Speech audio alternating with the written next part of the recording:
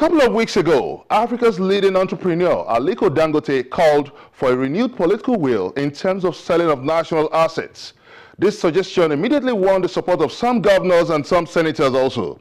But the Revenue Mobilization and Fiscal Commission immediately rejected the idea as unwise and unsustainable. In days to come, in a rather dramatic twist, the economic management team brainstormed on this idea while it also immediately stirred up public controversy. Is the sale of national assets the way out of the economic doldrums, or just a quick fix? It's question time. Welcome to the program. I'm Gbenga Ashiru. You may also join in this conversation by sending us your comments on our various social media platforms showing on your screen. As the federal government battles recession, all eyes are on the Bureau of Public Enterprise to lead in this privatized drive. But how does it intend to address pressures from different quarters calling on the federal government to review the sale of what is tagged failed private enterprises? Are Nigerians being shortchanged in some of these deals? How many of these deals go through competitive bidding? Are these privatized enterprises meeting up to public demands? Channels TV crew was at the Bureau of Public Enterprise. We had a chat with the Acting Director General, Victor Akpotaire. Join us in this exclusive interview. Dr. Vincent Akpotaire, Acting Director General of the Bureau of Public Enterprise, thank you for joining us on this episode of Question Time. Thank you. Now, this is a point where the federal government is mounting an intense campaign on raising revenue at a point where the country desperately needs a bailout. So what exactly is the mandate of the Bureau of Public Enterprise in this context? Okay, essentially the BPE has over the years been involved in getting the private sector to stand up in place of government-driven economic policies. Essentially, we had seen in the past few decades areas in which the BPE has substantially made impact in the banking sector, privatization, if you recall, the privatization of the leisure sector, the Transcorps of this world, Hilton, if you remember, the Festac 77 Hotel in Lagos, Federal Palace Hotels. And substantially, we've also delved into areas of reform. It's on record that the BPE, in the course of its work, came up with the PENCOM, the new pension policy that led to the establishment of PENCOM. BPE actually championed the establishment of PENCOM. We also championed the establishment of EFCC. EFCC started from this office.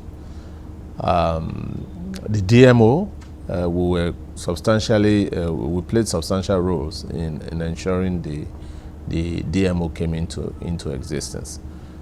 So we've done quite a lot in ensuring that this economy is able to drive on this theme of private sector investments more than federal government's direct investments in businesses. How do you feel with pressures coming from different quarters on the need to review many of this privatized enterprise based on the allegations that it was a failed procedure? Well, for me, that question would certainly be a generalization. I would rather that we take specific transactions and then we scrutinize those transactions to determine whether there's need for review. There's no doubt that transactions are dealt with as issues emerge, you deal with them. And also we are aware that transactions don't bring El Dorado. Now, coming to specifics now, there have been renewed calls to review the sale of Nitel Mtel to Natcom. Well, let me say this. Due process by itself is a function of the law that establishes the Bureau.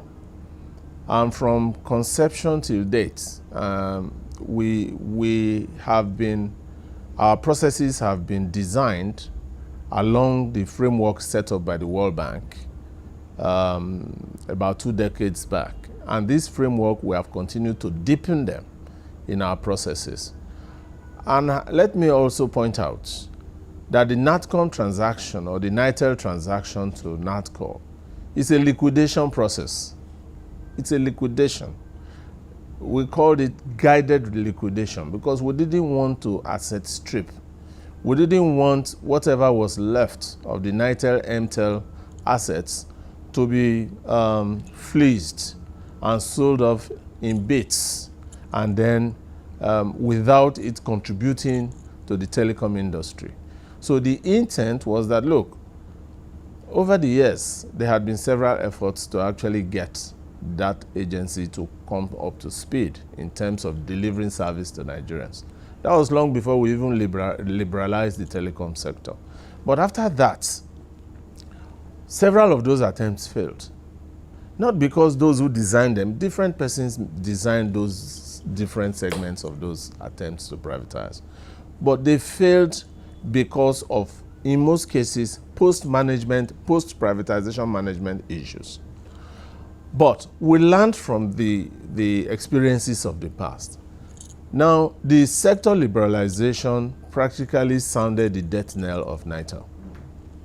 The death knell of NITEL and MTEL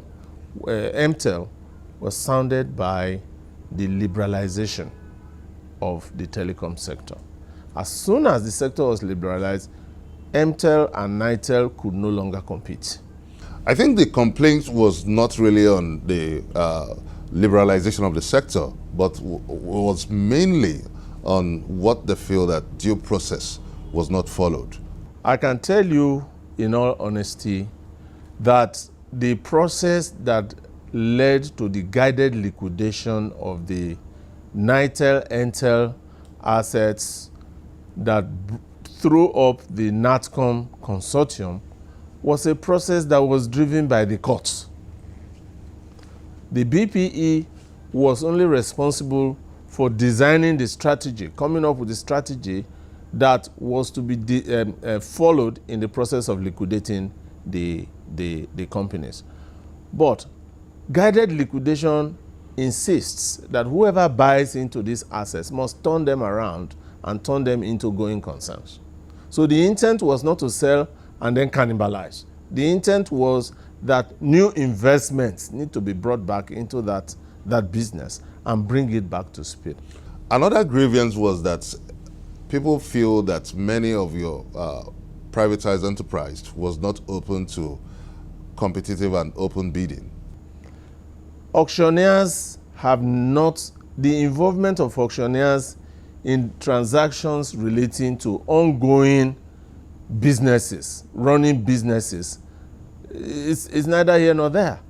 The process of liquidation of any incorporated company under the Corporate Affairs Commission, all right, any incorporated company under the Corporate Affairs Commission requires that liquidation must be guided through a court-ordered process. And there is no room. Auctioneers only come, pick items of assets and sell. We did not auction the assets of NITEL MTEL.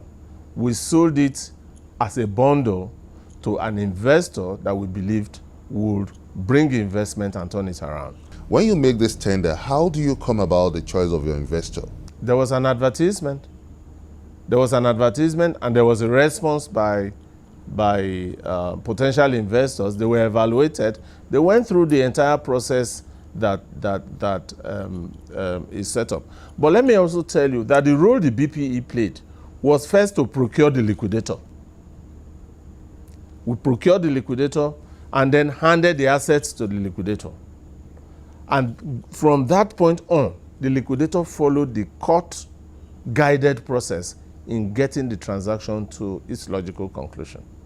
And that process, the BPE oversighted it to ensure that there was integrity, that there was compliance with due process, that there was open competitive advertisement of these assets, and then solicitation for bids. And these bids they came in, they were duly evaluated. Now, coming to the selection process, when you tendered the sale of the NITEL MTEL to NATCOM, how many investors signified interest? I cannot tell you that from where I'm sitting. Those are details that we'll need to get back to the team and furnish you with. But the assurance I'm giving you is that we did not sit down and handpick an investor. There was an advertisement. The advertisement was carried out by the liquidator under the supervision of the BPE NCP framework. And then that advertisement harvested bids from investors, expressions of interest. From expressions of interest, they went on to submission of both financial and technical bids, identifying how they intend to run these businesses, should they win.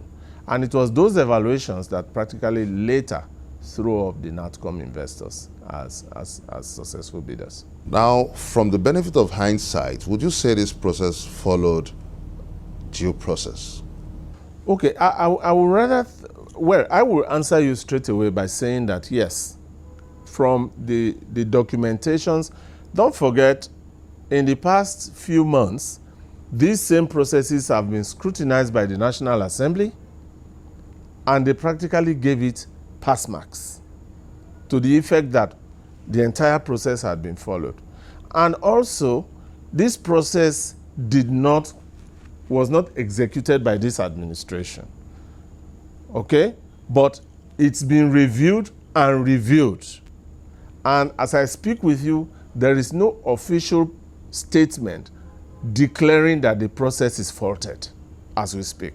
Because it's a court process, it was run under our legal framework, the legal framework that are identified as valid within the Nigerian legal system. So that is why I said generalizations fall into one plate, but the real issues have to be identified when you speak of things like this. Coming to the real issue, like you mentioned, many people feel that looking at the value of many of these government assets that was disposed at the giveaway price. Okay, let me say this. Usually, consultants who are hired to work with the in the transaction have valuation experts who value the business. At the point when the decision was taken to do guided liquidation for Nitel MTEL, the assets were obsolete, absolutely obsolete. There had been no investment in Nitel MTEL for over a decade. And we are talking of a country that had just liberalized the telecom sector. So the interest even to pick those assets were not there because those assets are completely not useful to even the incoming investor. He had to, because technology has moved on. We are talking of technologies of the 70s in Nitel and MTEL. And there is no way, even if you go back today to Entel, that is just rolling out its 4G